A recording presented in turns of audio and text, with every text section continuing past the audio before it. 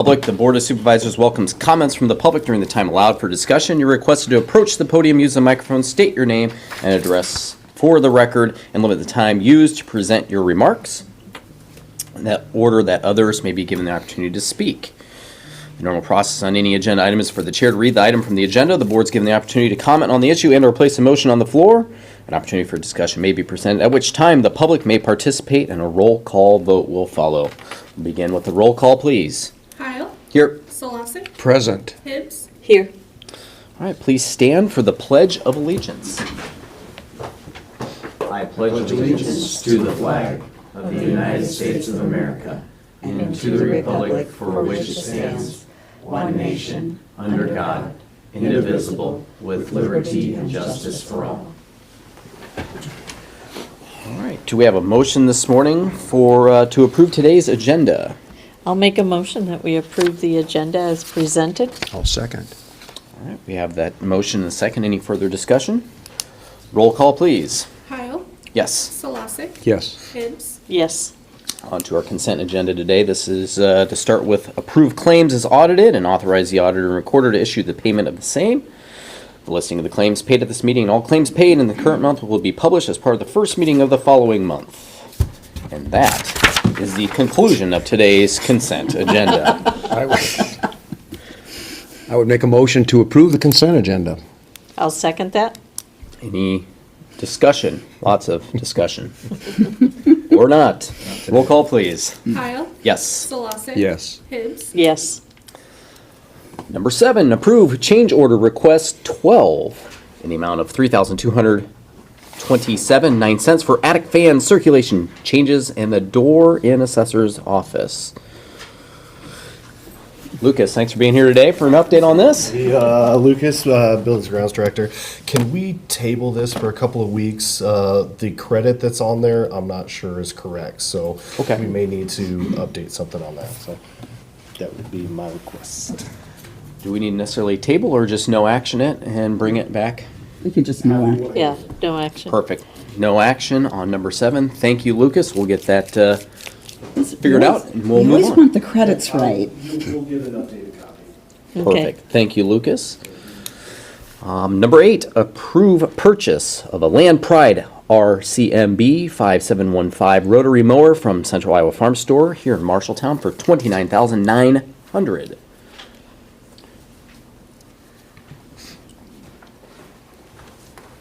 Yeah, this is just it's a rotary, I shouldn't have called it a mower. It's apparently a cutter. This thing will take out trees up to 8 inches in diameter. So it's going to be kind of a ditch clearing tool that will, and you can pull it on the tractor with an offset hitch too. So the tractor can stay up on the road and it can actually work down on the ditch slope without putting the tractor in the ditch. But this will go on our new Holland, the larger tractor that we purchased and really helped us out a bunch in the snow last winter. And so this will be another Is this tool a for that. replacement or new? We don't have anything piece? like this right Okay. now. We've got a couple of the Fecon units that we put on skid loaders and one we put on an excavator that that will dispatch trees. But at any rate, this will be a good tool.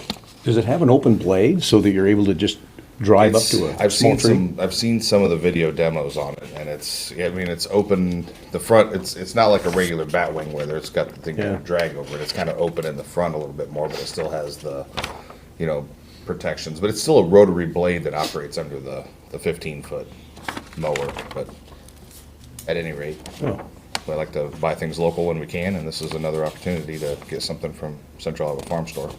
good. Hope to see it in action then. Yep. We'll watch for it. Wanna drive it? I want to drive it, I We guess. aren't Yes. expecting to see it before fall, so it's maybe a couple months out yet. But Okay. I'll make a motion that we approve the purchase of a Land Pride RCMB 5715 rotary cutter cutter, correct. That's what they call from it the here. Central Iowa Farm Store in Marshalltown for the amount of $29,900. I'll second. All right, and I definitely will want to approve this as long as Steve is the first one who gets to drive it. No, You've driven some tractor in your years, haven't you? So you're qualified. I have, All right. of course.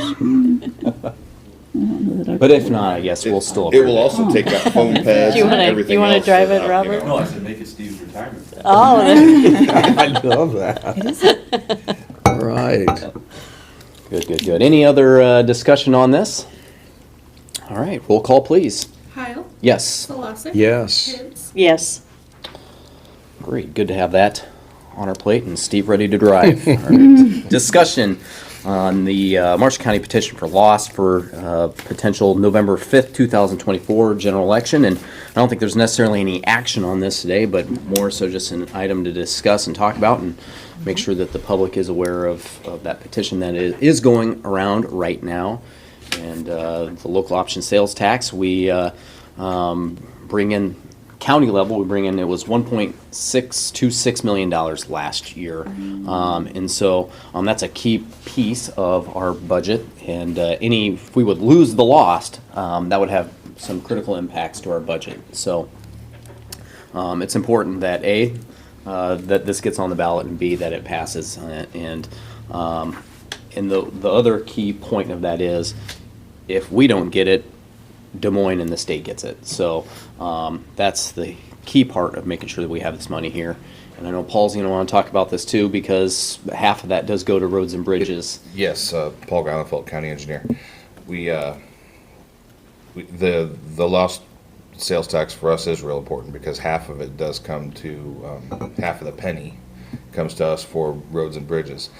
But the other key factor there with that, we use between $600,000 and $800,000 a year of that revenue for working on roads and bridges, but that also contributes to our local participation number that we use when we have to report to the DOT every year. Matching fund. And it's just they have a recommended amount that our local funding has to be to get all of the state funding, okay? And you have to be at least at 75% of that amount, or they start cutting what you get from road use tax too. And they also will limit your ability to use farm to market money. So this is all possibly, it all became a bigger issue with this House file that limits the property tax increases.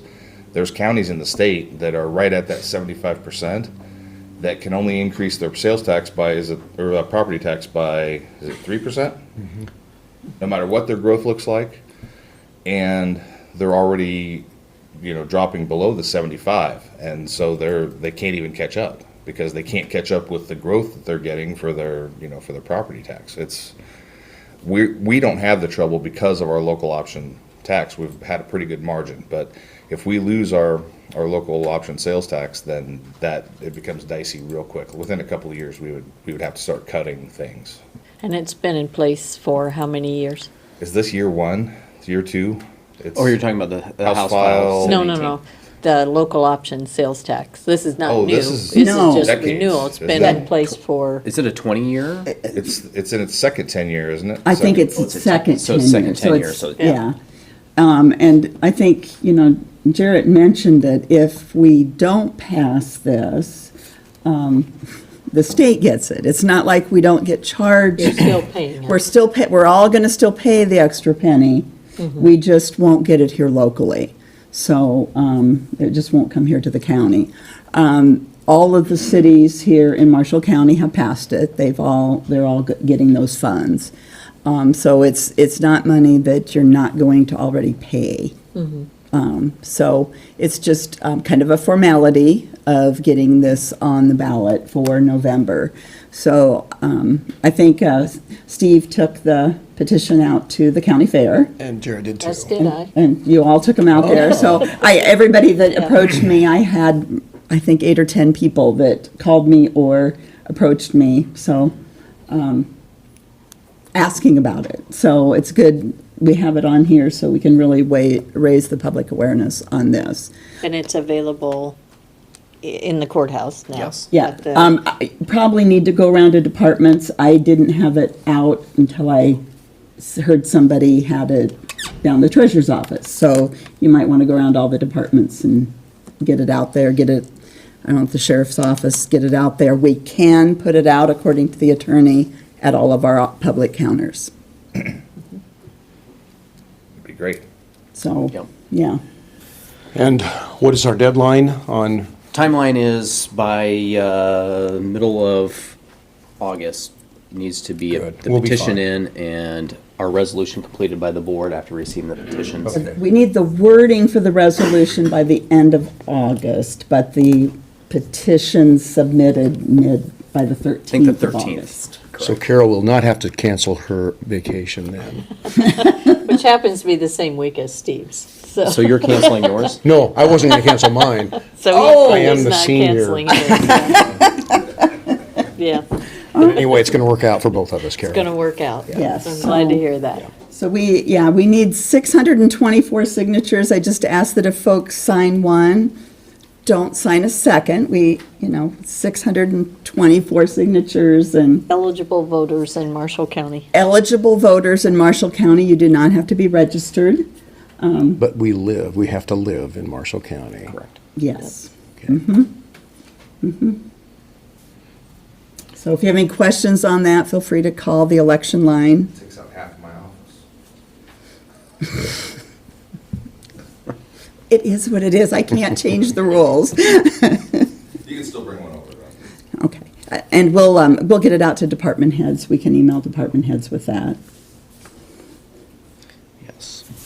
So anyway, good awareness on that, and be looking for hopefully the petition completed, and we'll have our meeting early, mid-August of getting this resolution completed and seeing this on the ballot this coming November. Any other questions, comments, concerns on Lost? No. Excellent. Well, that moves us to public forum. Time set aside for the public to make comments on topics of county business other than those listed on this agenda. No action will be taken at any of these topics brought up in public forum. Any public forum today? Anybody Good on morning. Zoom? Oh, good. Good morning. Good morning. Yeah, good morning. Kim Elder, Emergency Management. Just a quick update on the siren project as it's nearing its end, which is a good thing. We have one more invoice to receive for electrical work that was done in Gilman. And then we'll proceed with the state and FEMA review. Our deadline is October 1. I'm hoping we're way before that, but we are definitely at the final stages. All of the sirens and all of the digipeters and equipment both in the comm center and at the sheriff's office and my office have all tested out well and have been working for the last 2 weeks. So thank goodness we haven't had to use it for a real tornado warning, but it is there now. So I would encourage anyone that's in a community with a siren, if you're not hearing them or if you have any problems, to let my office know. But the new sirens, not the legacy ones, not the ones that were there before, but the new ones do report back to our system, so we can see that on a daily basis to see if there's any problems with that siren.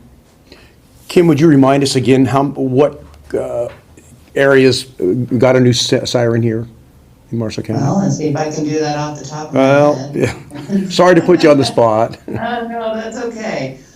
So we have St. Anthony State Center, Melbourne Roads, Grimes Farm would be the only county one at this time. LaGrange still has a legacy. Gilman, Haverhill, Laurel, and I think I'm missing somebody. Ferguson, Yeah. don't forget Ferguson. And Ferguson, yes, thank you, Ferguson. So we have 10 new sirens, and then the repeaters, like I've been talking about, the backbone of this system, we were able to complete that backbone. So we have a west repeater, or it's a system that helps those sirens talk to each other, or if there's a failure, it kind of sets in for one of those to communicate. So we have one of those in State Center in the west area. We have one in the central, which is located at the sheriff's office grounds, and one in the east, which is at the Pickering area near the railroad tracks there. And so with that and the two systems that are communication center, where the sirens are activated every week or during a tornado warning, and then the backup to that, which is at the emergency management office, my office, with also a push button that's ran over to the jail since it's staffed 24/7 if we ever had a downage for some reason at the comm center. So with the backbone of that system, now communities or areas can install sirens fairly easily. They just, they buy the siren in the pole and it's put on the system pretty easily. So this was the hard part of it, and hopefully we'll move forward and see more sirens as we have grants and money available to do that. So I'm excited to see the end of phase one. So if I go through Ferguson, Gilman, Haverhill, Laurel, Liscum, Melbourne Road, St. Anthony, Grimes Farm, State Center. Yeah, I missed Liscum, didn't I? Yeah, Liscum and Ferguson were the two I missed. Thank you. And then those repeaters, those 3 repeaters, because that was kind of the, backbone of the whole thing, getting those created.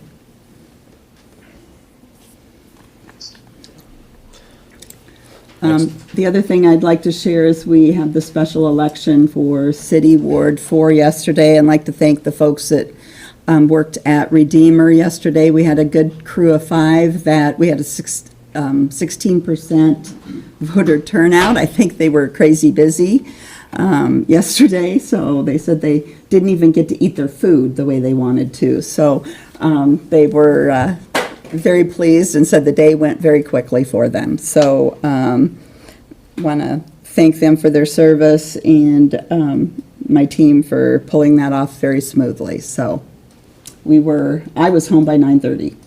So that's always good. That's a good night on election night. It is a good night on election night. Excellent. Thank you for that, Nan. Is there anyone else here for any public forum today? All right. Hearing none, we're on to adjournment. Next regular session is Wednesday, July 31st, 9 a.m. at the Courthouse First Floor Meeting Room, 1 East Main Street. All business acted upon that session should be submitted to the Auditor and Recorder's Office or the Board of Supervisors' Office by Wednesday, July 24th at noon. There being no further business to come before the board, meeting is adjourned at 9:17 a.m. Thank you, everybody. Have a great day. Thank you.